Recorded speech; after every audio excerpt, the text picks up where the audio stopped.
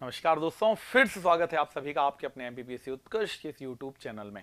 आज जिस विषय पर हम बात करने वाले हैं वो है सिक्किम बना है भारत का पहला जैविक मत्स्य पालन का क्लस्टर। तो क्या शानदार बात कही है, जैविक कृषि में तो आगे था ही, अब जैविक मत्स्य पालन का क्लस्टर की शुरुआत भी कर दिया है, इसलिए ये और भी अधिक महत्वपूर्ण हमारे लिए हो जाता है।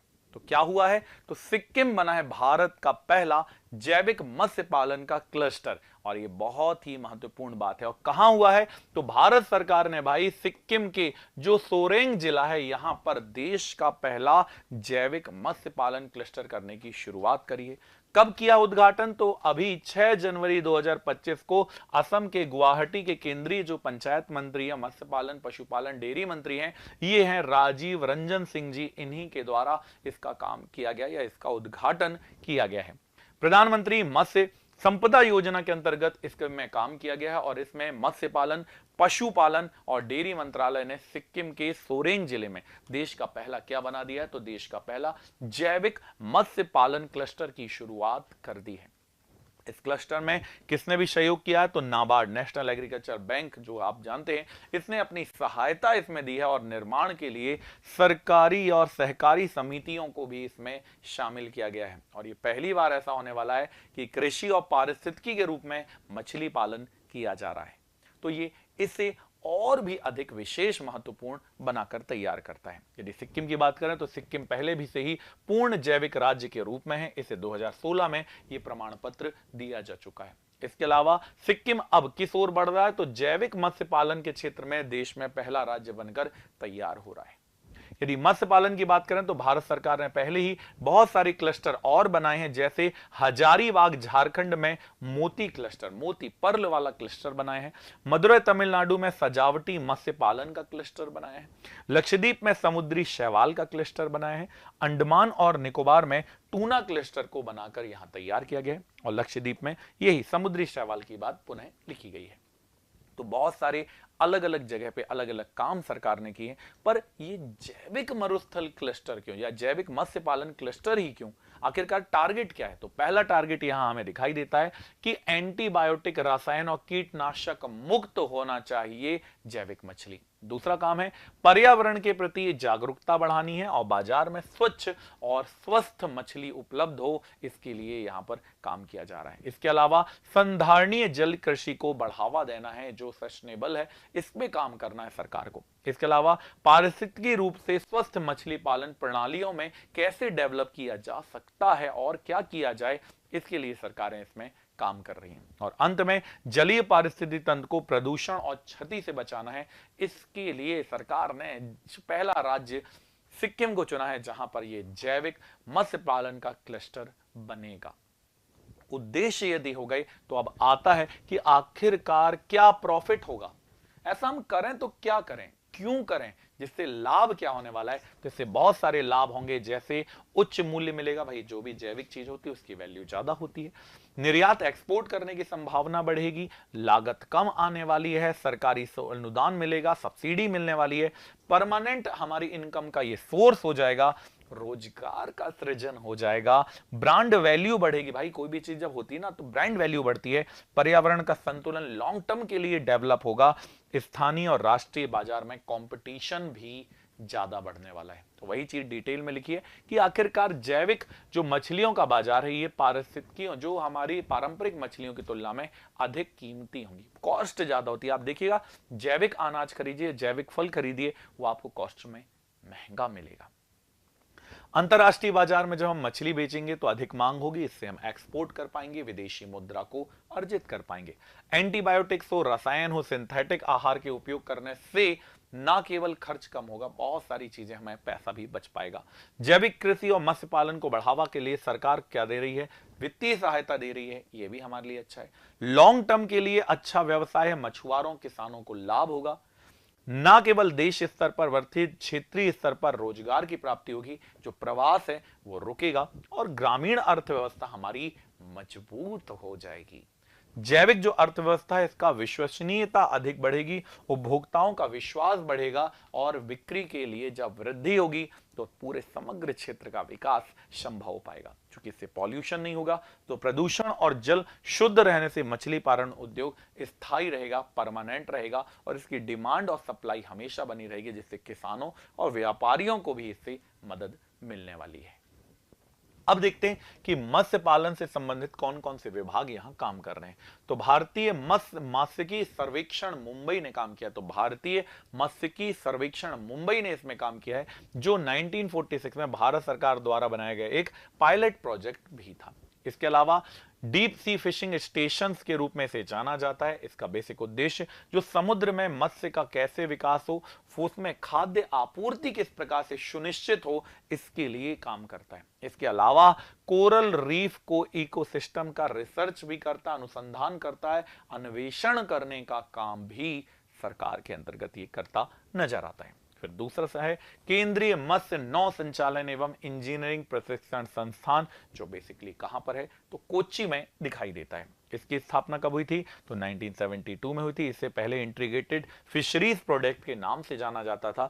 बेसिक पोस्ट हार्वेस्टिंग को नुकसान कम करना, इसका उच्च गुणवत्ता के लिए मत्स्य उत्पादन करना, डिलीवरी सुनिश्चित करना जैसे इसके मूल उद्देश्य थे। इसके अलावा हार्वेस्ट के बाद मछली की अधिकतम उपयोग को बढ़ाना। कई बार होता है कि मछली यदि समुद्र से पकड़ कर लाते हैं तो आते आते तक कड़ी हो जाती है, फिर उसे कोई नहीं खाता, उसकी वैल्यू कम हो जाती है। तो उसकी वैल्यू कैसे बढ़ी रहे, इसके लिए ये काम करता नजर आता है।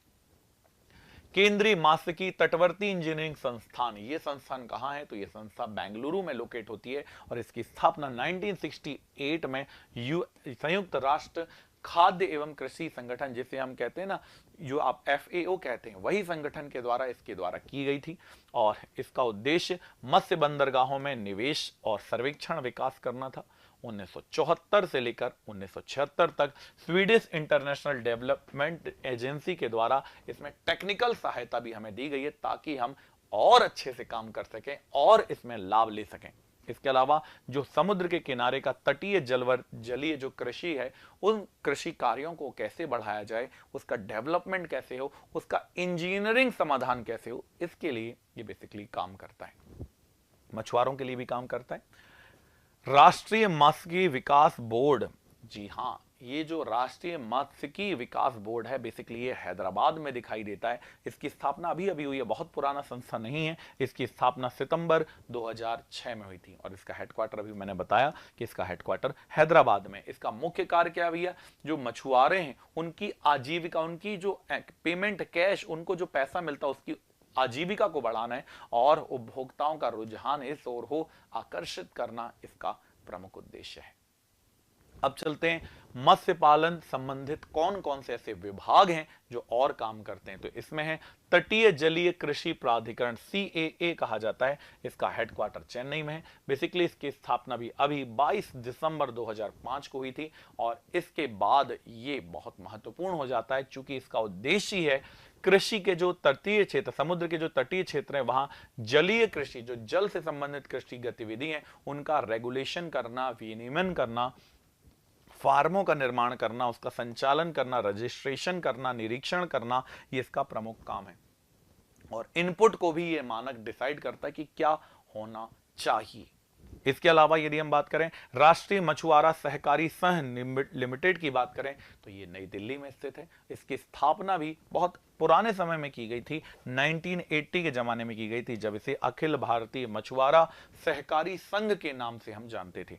इसके बाद 1982 में इसका नाम बदलकर राष्ट्रीय मछुआरा सहकारी संघ लिमिटेड कर दिया गया था। क्या काम करता है तो भैया अधिनियम 2002 के द्वारा यह संचालित है और यह सोसाइटी के रूप में काम करता नजर आता है। अब आता है हमारे सभी क्षेत्रों में मिलता है मत्स्य पालन विभाग। तो मत्स्य पालन विभाग पशुपालन और डेयरी मंत्रालय के अंतर्गत काम करता है। किसके अंतर्गत काम करता है तो पशुपालन और डेयरी मंत्रालय के अंतर्गत काम करता है। इसकी बेसिक स्थापना 5 फरवरी 2019 को पूर्ववर्ती पशुपालन, डेयरी और मत्स्य पालन विभाग से अलग करके की गई थी। तो मत्स्य पालन विभाग अब अलग हो गया। पहले पशुपालन, डेयरी और मत्स्य पालन एक साथ हुआ करता था। पशुपालन और डेयरी विभाग का नाम बदलकर अब पशुपालन, डेयरी और मत्स्य पालन विभाग कर दिया गया है। ये हमारे लिए इंपॉर्टेंट है। वर्तमान की बात करें तो पूर्ण प्रभाव श्री राजीव रंजन सिंह जी के पास है, जो माननीय मंत्री इसके दिखाई देते हैं। और भी इसके इंपॉर्टेंट अन्य चीजें हैं, जैसे राष्ट्रीय मात्स्यिकी विकास बोर्ड, बहुत सारी चीजें जो आपको पता होनी चाहिए। मछली के बारे में एग्रीकल्चर में आपके लिए काम का है। तो इसकी स्थापना बेसिकली 2006 में हुई थी। मत्स्य पालन, पशुपालन और डेयरी मंत्रालय के अंतर्गत इसकी स्थापना गई थी। और इसका मूल जो उद्देश्य था, ये उद्देश्य था पशुपालन के जो अप्रयुक्त क्षमता का उपयोग करके उसकी वैल्यू को बढ़ाना, पोस्ट हार्वेस्टिंग में इंफ्रास्ट्रक्चर और मार्केटिंग में सुधार करना। यह एक शासी निकाय के रूप में काम करता है, ये भी आपको पता होना चाहिए। अब देखते हैं कि मत्स्य पालन के पहले अन्य क्या पहले किया जाता था। तो मत्स्य पालन के बारे में यदि देखें तो तमिलनाडु का एक जगह है, इसका नाम है मयिलादुथुराई जिला। इसमें मछली पकड़ने के लिए बंदरगाह का निर्माण किया गया था। यह अलग काम किया गया था। दूसरा काम है, इस जिले में ये नाम लिखा है थारंग बाड़ी के पास 10 तटीय बस्तियों में ग्रामीणों के लिए मछली पकड़ना आजीविका का पहला स्रोत था। मत्स्य पालन हमेशा से मछुआरा कल्याण विभाग ने मत्स्य पालन और जलीय कृषि अवसंरचना के लिए निधि का निर्माण किया और 120 करोड़ रुपए के साथ एक परियोजना को आगे बढ़ाया। और यह परियोजना हमारे लिए बहुत महत्वपूर्ण भी दिखाई देती है। इसके पहले चरण में 5 मार्च 2022 को गुजरात के मांडवी से शुरू किया गया। 6 मार्च 2022 को पोरबंदर में यह कार्य समाप्त हुआ। और ऐसी विभिन्न संकल्पनाएं देश में चलती ही रहती नजर आती हैं। फिर आता है सागर परिकल्पना का क्या उद्देश्य है। ये जो सागर परिकल्पना है, इसका उद्देश्य यही है कि भैया जो तटीय मछुआरे हैं, इनका कल्याण करना, इनके लिए सतत मछली पालन मिल सके, इनके लिए सतत रूप में मछली मिले, इनका आयात निर्यात हो सके, समुद्री पारिस्थितिकी को मजबूत किया जा सके और इनकी आय का एक आधार स्रोत बनाया जा सके। यही इसका प्रमुख स्रोत दिखाई देता है, प्रमुख आधार भी दिखाई देता है। अब हम देखते हैं कि मत्स्य पालन को बढ़ाने के लिए सरकार ने क्या क्या किया है, जो आधार दिखाई देता है। सागर मित्र कितने, 2489। 6 आधुनिक थोक बाजार इंडिया में स्थापित हैं। 21 एकीकृत आधुनिक मत्स्य लैंडिंग सेंटर बनाए गए। 2 एकीकृत आधुनिक तटीय मत्स्य गांव बनाए गए। 5 एकीकृत एक्वा पार्क हैं। 26 जलाशय और एकीकृत विकास हैं। 2142 FFPO, 1070 NCDS, 22 NFDB, 500 NAAFED और SFC 550 दिखाई देते हैं। सरकार का बहुत डिटेल का आंकड़ा दिखाई देता है जो सरकार ने किया है। और क्या किया सरकार ने मछली पालन को बढ़ाने के लिए, तो सरकार ने मछली पालन को बढ़ाने के लिए प्रधानमंत्री मत्स्य संपदा योजना लाई है। सरकार ने नीली क्रांति लाई है। एकीकृत जल पार्कों का विकास किया है। केस कल्चर और जलाशयों में मछली पालन को बढ़ावा दिया जा रहा है। मत्स्य पालन की अवसंरचना के लिए निधि फंड बनाया गया है। नदी मत्स्य की संरक्षण और जागरूकता कार्यक्रम चलाए जा रहे हैं। प्राकृतिक आर्द्र भूमियों के लिए विकास कार्यक्रम चल रहे हैं। तो ये काम सरकार ने किए हैं जो बहुत महत्वपूर्ण है। एग्जाम में भी, मेंस में आ सकता है। प्रधानमंत्री मत्स्य संपदा योजना क्या है? तो ये मत्स्य संपदा योजना जो है ये सितंबर 2020 में शुरू हुई थी। 2021 से 24-25 तक के लिए इसे चलाया गया था। किस मंत्रालय के अंतर्गत? तो मत्स्य पालन, पशुपालन और डेयरी मंत्रालय के अंतर्गत इसे चलाया गया था। क्या करना था? तो मत्स्य क्षेत्र का विकास करना था, आधुनिकीकरण को इसमें बढ़ाना था। इसका क्रियान्वयन किसके द्वारा किया गया था? तो पूरे भारत में इसका एग्जीक्यूशन किया गया था। और ये किसके अंतर्गत? तो इसने नीली क्रांति के एकीकृत विकास और प्रबंधन के लिए इसने योजना को नीली क्रांति योजना का स्थान लिया और ये 2015-16 से मूल रूप से शुरू हुई थी। यदि नीली क्रांति की बात करें तो नीली क्रांति एकीकृत विकास और प्रबंधन मत्स्य योजना नीली क्रांति वित्त वर्ष 2015-16 में 5 वर्षों के लिए कितने करोड़ रुपए? तो 3000 करोड़ रुपए के साथ यह शुरू किया गया था। और इसका मुख्य उद्देश्य था मछली पालन और उसकी उत्पादकता को बढ़ाने के लिए सेंट्रलाइज होकर काम करना। अब आता है प्रधानमंत्री मत्स्य संपदा योजना के अन्य चीज, उद्देश्य क्या थे? तो उद्देश्य यही है, संधारणीय, सस्टेनेबल और समावेशी मछली पकड़ना, मछली उत्पादन और उत्पादकता में वृद्धि करना, मूल श्रृंखला का आधुनिकीकरण कर कैसे करके उसकी वैल्यू बढ़ाई जा सकती है, आय में वृद्धि करो, रोजगार में वृद्धि करो, जीवीए कृषि का जीवीए ग्रॉस वैल्यू एडिट करना है, सामाजिक और आर्थिक सुरक्षा सुनिश्चित करनी है और मजबूत मत्स्य प्रबंधन का ढांचा बनाकर तैयार करना, ये इसका मुख्य उद्देश्य था। अब चलते हैं प्रधानमंत्री जो मछली का ये दिखाई देता है इसकी वास्तविक उपलब्धता क्या है, तो भैया बहुत सारी अच्छी है। 4013 बायोफ्लॉक बनाए गए हैं, 11,995 RAS स्वीकृत किए गए हैं, बहुत सारे जलाशयों का निर्माण किया गया है, फिश और स्कैपी हेक्चर स्वीकृत किए गए हैं, बहुत सारे हेक्टेयर में तालाब बनाए गए हैं, लवणी और क्षारीय मिट्टी को सुधारा गया है, ब्रूड बैंक भी स्थापित किए गए। तो सरकार ने इस दिशा में बहुत सारे अच्छे काम किए हैं। इसके अलावा समुद्री मात्स्यिकी के लिए भी काम किया है, अनेक जहाजों में जैव शौचालय का निर्माण किया गया है, 463 गहरे समुद्र के जहाज हैं, फिश कल्चर को के लिए फिश केज बनाया गया है, खारे पानी की हैचरीज बनाई गई हैं, खारे पानी के लिए अंतर्गत ऐसे जल कृषि तालाब बनाए गए जहां खारा पानी है, लघु समुद्री फिनफिश हैचरीज बनाई गई हैं, बड़ी बड़ी समुद्री फिनफिश हैचरीज बनाई गई हैं और मौजूदा ऐसे जहाज बनाए जा रहे हैं जहां पर इन मछलियों को सुरक्षित तक बंदरगाहों तक लाया जा सके। इसके अलावा इसमें जो काम किया गया है वो क्या है, तो भैया बहुत बंदरगाहों पे लैंडिंग की व्यवस्था की गई है, करोड़ों रुपए के तहत बंदरगाह बनाए जा रहे हैं, आधुनिकीकरण करोड़ों रुपए से किया जा रहा है, अनेक 25 मत्स्य लैंडिंग केंद्र बन रहे हैं, 65 करोड़ के लिए मेंटेनेंस के लिए दिया गया। तो सोचो ना, जब इतना सारा पैसा दिया जा रहा तो सरकार जब सकारात्मकता की ओर बढ़ रही है तो हमें भी तो सकारात्मकता की ओर बढ़ना होगा। अब नीली क्रांति के बारे में देखें जो एकीकृत प्रबंधन का काम है, तो भैया नीली क्रांति का उद्देश्य यही है, देश में समुद्री जो मत्स्य है और अंतर्देशीय मत्स्य इसको बढ़ावा देना, मछली की उत्पादकता को बढ़ाना, सभी केंद्र शासितों को वित्तीय सहायता देना, मछुआरों को आधुनिक और बुनियादी सुविधाएं देना। हीरालाल चौधरी, जी हां याद रखना, ये नीली क्रांति के जनक हैं हीरालाल चौधरी, और डॉक्टर अरुण कृष्णन को इस नीली क्रांति का हम क्या मानते हैं, जनक मानते हैं। अब हम बात करते हैं ये जो एक्वा पार्क है, एक्वा पार्क की बात करें तो एक्वा पार्क क्या है भैया, तो मछलियों को मत्स्य पालन के क्षेत्र को बढ़ावा देने के लिए एक्वा पार्क बन रहे हैं। इस एक्वा पार्क को क्या कहते हैं, ये जल पार्क प्रधानमंत्री मत्स्य संपदा योजना का पार्ट दिखाई देते हैं। इनकी सहायता से देश में अनेक एक्वा पार्क भी बने, जैसे आंध्र प्रदेश में एक है, अरुणाचल में एक है, असम में एक है, छत्तीसगढ़ में एक है, हरियाणा में एक है, मध्य प्रदेश में एक, नागालैंड में एक, ओडिशा में एक, तमिलनाडु, त्रिपुरा, उत्तराखंड, अर्थात टोटल 11 एक्वा पार्क यहां बनाए गए हैं और इन्हें विकसित भी किया जा रहा है। अब बात करते हैं केस कल्चर। केस कल्चर बने इसमें ही इसी में पानी में ही मछलियों को पाला जाता है और इन्हें बढ़ाया जाता है जलाशयों के अंतर्गत। किसके में पाले जाते हैं, तो पिंजरे में इन्हें पाला जाता है, बिल्कुल आधुनिक तरीके है, जाली जो पिंजरा है उसके अंदर इन मछलियों को रखा जाता है, जिसे केज कल्चर कहते हैं। इस केज कल्चर में बिल्कुल कोई नकारात्मकता नहीं होती है। इस पद्धति से कम उत्पादकता देने वाले जलीय निकायों में भी किया जा सकता है, जहां प्रोडक्टिविटी कम है वहां भी किया जा सकता है। और ये प्रधानमंत्री मत्स्य संपदा योजना के तहत केज कल्चर को बढ़ावा देने के लिए सरकार ने काम किया है। बहुत अच्छी बात है, होना भी चाहिए। अब मत्स्य पालन की जो अवसंरचना विकास की फंड है, निधि है, इसके लिए क्या किया गया है, तो सरकार अनेक करोड़ रुपए, जैसे कि 2018-19 में 7,522.48 करोड़ की निधि के साथ मछली पालन के लिए बढ़ाया था।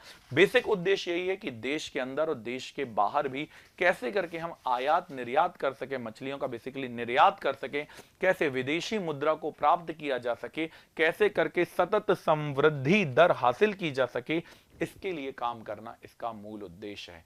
और कुल 121 मत्स्य पालन अवसंरचना परियोजनाओं को इसके अंतर्गत मंजूरी भी दी गई है। अब बात करते हैं अगली कुछ आधारों पे, तो नदी मात्स्यिकी संरक्षण और जागरूकता कार्यक्रम चलाए गए हैं।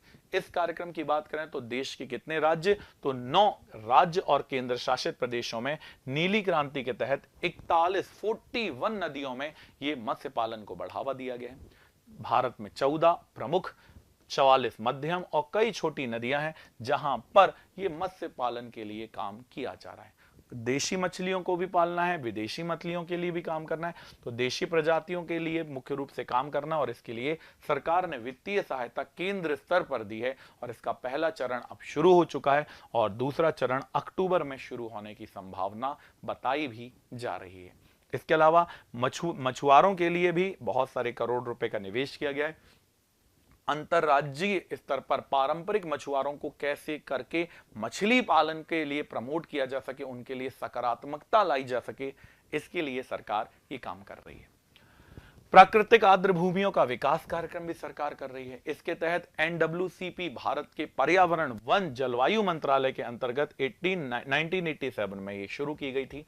क्या करना है? वेटलैंड्स को प्रमोट करना है, उनको स्वीकृत करना है। इसका उद्देश्य प्राकृतिक आर्द्र भूमियों की पारिस्थितिकी अखंडता को बढ़ाना है। तो वही है भैया, पारिस्थितिकी को बढ़ाओ, उसका संरक्षण करो और उसे आगे लेकर चलो। ये कहां चलता है? तो बिहार, यूपी, असम, मणिपुर जैसे राज्यों में विशेष इस पर ध्यान देना है, इसका विविधीकरण करना है, नदियों का संरक्षण करना है, नदियों को प्रदूषण से बचाना है और आर्द्र भूमियों को आगे लेकर जाना है, इसकी संरक्षण कार्यक्रम को आगे लेकर चलना है। प्राकृतिक आर्द्र भूमि विकास कार्यक्रम, खारे और लवणीय जल कृषि के बारे में इसमें यदि हम बात करें तो खारे पानी में भी हम क्या कर सकते हैं? जल कृषि कर सकते हैं, मछलियों को पाल सकते हैं, निर्यात कर सकते हैं, निर्यात के माध्यम से वृद्धि हम अपने आप को कर सकते हैं। जैसे 1970 में झींगा के लिए किया गया था। झींगा जानते हैं ना, खाया जाता है, उसे कुछ लोग खाते हैं। 2020 में ये 46,000 करोड़ रुपए का हमने निर्यात किया और इससे हमने पैसे को पाया है, अर्जित किया देश ने। ठंडे पानी की मत्स्य की, कुछ मछलियां ठंडे पानी में रहती हैं, उनको हिमालयन राज्य में ठंडे पानी की मत्स्यिकी के अपार संभावनाएं।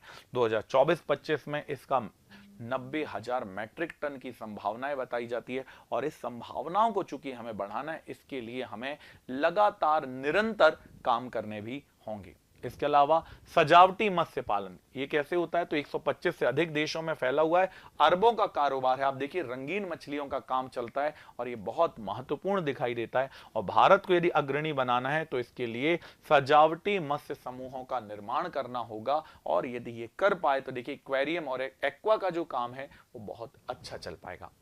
यदि नदी मात्स्यिकी की बात करें तो ये 1 लाख टन का दिखाई देता है और नीली क्रांति के तहत ही 9 राज्य और केंद्र प्रशासित प्रदेशों में 41 नदियों में इसके जागरूकता और संरक्षण के कार्यक्रम देश में हम चला रहे हैं। प्राकृतिक आर्द्र भूमियों की यदि हम बात करें तो देश में लगभग 2 लाख टन इसका उत्पादन किया जा रहा है और ये मूलतः बिहार, यूपी, असम और मणिपुर में किया जा रहा है। अब देश में मत्स्यिकी का वर्तमान परिदृश्य क्या दिखाई देता है? जो लेटेस्ट डेटा के अनुसार है तो भैया दुनिया में हम चीन के बाद कौन से नंबर में? तीसरा सबसे बड़ा मत्स्य का उत्पादक और दूसरा सबसे बड़ा जलीय कृषि वाला देश नजर आते हैं।